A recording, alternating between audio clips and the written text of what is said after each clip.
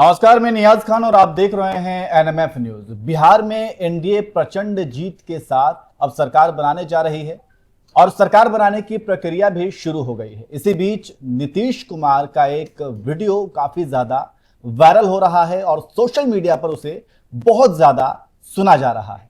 इस वीडियो में नीतीश कुमार कहते हैं कि मेरा मुर्दाबाद का नारा लगाने वालों, खत्म हो जाओगे, बर्बाद हो जाओगे। इसी वीडियो पर हम चर्चा करेंगे, लेकिन उससे पहले चलिए हम आपको वो वीडियो दिखाते हैं।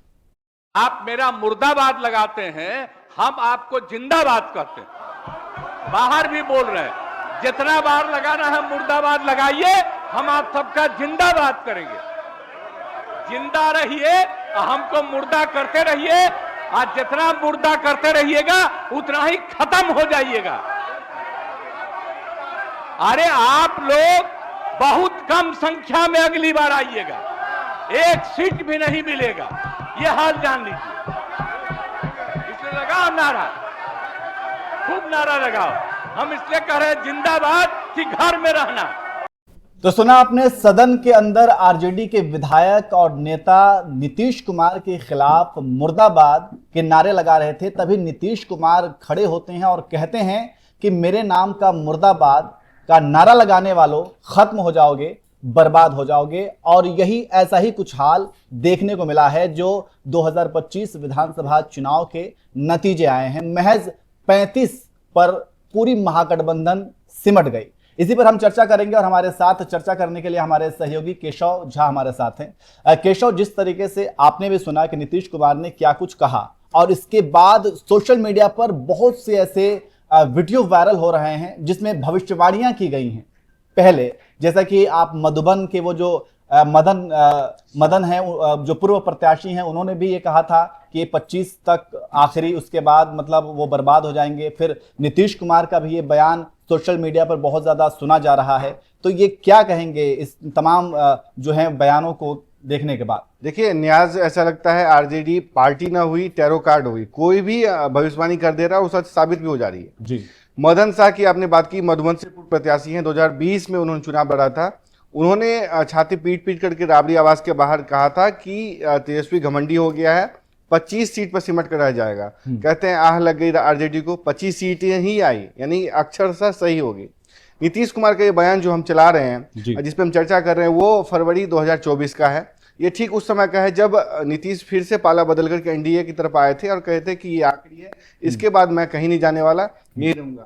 तो सदन में जो बहुमत को लेकर के चर्चा हो रही थी, बहस चल रही थी, उस समय आरजेडी के सदस्य नारे लगा रहे थे, नीतीश मुर्दाबाद मुर्दाबाद के नारे लगा रहे थे। नीतीश को जानते हैं आपकी, वो ऐसे आपा नहीं खोते। लेकिन सदन में जब उनके नारे लग रहे थे, उस समय कुछ अस्वस्थ भी चल रहे थे वो, और ठंड का समय भी था। जब उनके नारे लगे तो उन्होंने कहा था कि मेरा मुर्दाबाद लगाओ, मैं तुम्हारे जिंदाबाद के नारे लगाऊंगा और मैं काम करते रहूंगा, और ऐसे ही मेरे मुर्दाबाद के नारे लगाओ, तुम खत्म हो जाओगे, यानी पूरी पार्टी आरजेडी खत्म हो जाएगी। और जितना तुम मुर्दाबाद के नारे लगाओगे, अगली बार उतनी ही कम संख्या में आओगे। नीतीश ने ये जो भविष्यवाणी की थी और जो मुट्ठी बंद करके बताया था कि इतनी संख्या में आओगे, ऐसा लगता ही है कि आरजेडी उतनी ही संख्या में आई है, 25 पर सिमट कर रह गई है।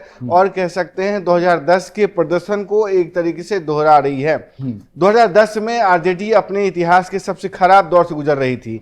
22 वो पार्टी जो लगातार 3 बार सरकार बना चुकी थी, जिसकी टूटी यूपीए सरकार में बोलती थी, लालू यादव के एक कहने से सरकार हिल जाती थी, उसका 2010 में आपने देखा किस तरीके से 22 सीटें आई थी। और दो इस बार 3 सीटें ज्यादा आई हैं, लेकिन 20 साल के एंटी इनकम्बेंसी के बावजूद आप देख रहे हैं कि आरजेडी अपने प्रदर्शन में सिर्फ सुधार कर पाई है। 3 ही सीटें उसकी ज्यादा आई है 2010 की तुलना में। ये बताता है कि नीतीश की भविष्यवाणी किस हद तक सच साबित हो रही है और नीतीश की काट आरजेडी ढूंढ नहीं पा रही। न्याज, बिल्कुल, अगर आरजेडी की आप बात कह रहे हैं तो अगर 2020 के चुनाव में देखिए, जो टोटल उनकी सीटें थी वो 74 थी। उसके बाद एआईएमआईएम के 4 उसमें आ गए थे, फिर वो 79 सारी सीट हो गई थी। लेकिन इस बार आप देख सकते हैं कि आंकड़ा क्या है, और इन आंकड़ों के साथ साथ अब नीतीश कुमार को लेकर के जो बातें कही जा रही हैं और जिस तरीके से नीतीश कुमार के खिलाफ एक नैरेटिव गढ़ा गया कि वो मानसिक रूप से स्वस्थ नहीं हैं, वो मुख्यमंत्री पद के लिए अब उस लायक नहीं है, उस तरीके से काम नहीं कर पाएंगे। लेकिन नीतीश कुमार ने जो काम करके दिखाया है, और ख़ास करके मैं ये भी कहूँगा कि नीतीश कुमार अब उन तमाम मुख्यमंत्रियों की लिस्ट में भी शामिल होने वाले हैं जिन्होंने लंबे समय तक किसी राज्य की कमान संभाली है। अभी नीतीश कुमार 19 साल 83 दिन तक वो बिहार के मुख्यमंत्री रहे हैं, और अगर ये 5 साल और पूरा कर लेते हैं तो पूरे 24 साल 83 दिन के आसपास उनका पूरा कार्यकाल हो जाएगा, और ये 10वीं बार वो मुख्यमंत्री पद के तौर पर मुख्यमंत्री पद के लिए वो शपथ भी लेंगे। लेकिन इसमें मैं ये जानना चाहूंगा केशव कि आखिर क्या वजह है, क्योंकि नीतीश कुमार को आपने देखा कि सबसे पहले 2000 में वो चुनाव मुख्यमंत्री बनते हैं, फिर 7 दिनों के बाद जो है संख्या बल कम होने की वजह से उन्हें हटना पड़ता है। उसके बाद लगातार 2005 में, फिर मतलब ऐसा करते करते अगर हम कुल गिने तो अब तक 9 बार वो मुख्यमंत्री के लिए शपथ ले चुके हैं, और अब वो 10वीं बार लेंगे। लेकिन इतने उतार चढ़ाव होने के बावजूद जो है नीतीश कुमार की अपनी एक पहचान है राजनीति, बिहार की राजनीति में, और लोग उन्हें पसंद करते हैं, और खास करके महिलाएं उन्हें पसंद करती हैं, उनको वोट देती हैं, क्योंकि महिलाओं के लिए नीतीश कुमार ने बहुत कुछ किया है। तो इतना सब कुछ होने के बावजूद भी नीतीश कुमार की लोकप्रियता बिहार में कम नहीं हुई है। देखिए, नीतीश एक मास लीडर के तौर पर उभरे हैं, और बहुत कम ऐसे बिहार में लीडर हुए जिनकी लोकप्रियता पूरे बिहार में हो। बिहार ऑल्दो कई रीजन में बटा हुआ, एक भोजपुर प्रक्षेत्र है, मिथिला प्रक्षेत्र है, मगध प्रक्षेत्र है, तमाम ऐसे रीजन हैं जो जिसकी संस्कृति भी, भाषा भी अलग है और उनकी राजनीति भी अलग है। लेकिन नीतीश ऐसे लीडर के तौर पर उभरे हैं जो पूरे बिहार में जिसकी स्वीकार्यता है, तमाम जातियों में उनकी स्वीकार्यता है। लालू यादव के बारे में कहा जाता था कि लालू यादव आरजेडी के जो कोर वोटर हैं, यादव या मुस्लिम, उसमें उनकी स्वीकार्यता ज़्यादा, ऑल्दो उनको गरीबों का मसीहा कहा जाता है। लेकिन नीतीश को देखें तो नीतीश जब सरकार में आए तो उनको तमाम चुनौतियां थी उनके सामने। लॉ एंड ऑर्डर का समस्या था, बिहारी कहना अपमान माना जाता था, वहाँ पे बिजली की समस्या थी, सड़क की समस्या, पानी की समस्या, तमाम ऐसी समस्या थी जिसे हम बुनियादी समस्याएं कहते हैं।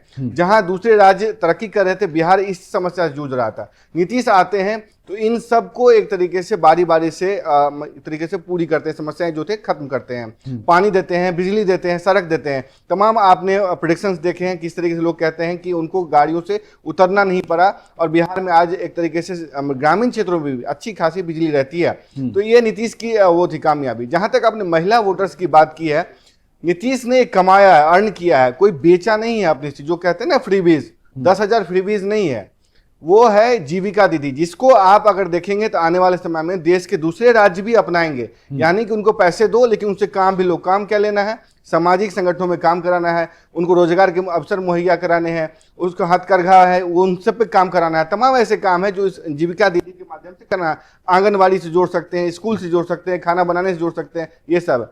दूसरा, शराबबंदी की इस बार चर्चा नहीं हुई। कहते हैं बिहार में शराब मिलता होगा, लेकिन छिपा के मिलता है। और जो महिलाओं के लिए सबसे बड़ी समस्या ये थी कि शराब पी करके आते थे उनके पति, उनके बेटे, चाहे जो भी है, और मार कुटाई जो करते थे, घर में तमाशा बनता था, वो आज कम से कम नहीं होता। उनमें डर खौफ का माहौल है, नीतीश ने किया। और जहां तक आपने कहा कि नीतीश की उम्र हो चली है, लेकिन उनकी ऊर्जा कम नहीं हुई, और एक तस्वीर ने पूरी चुनाव को कह सकते हैं कि पलट कर रख दिया।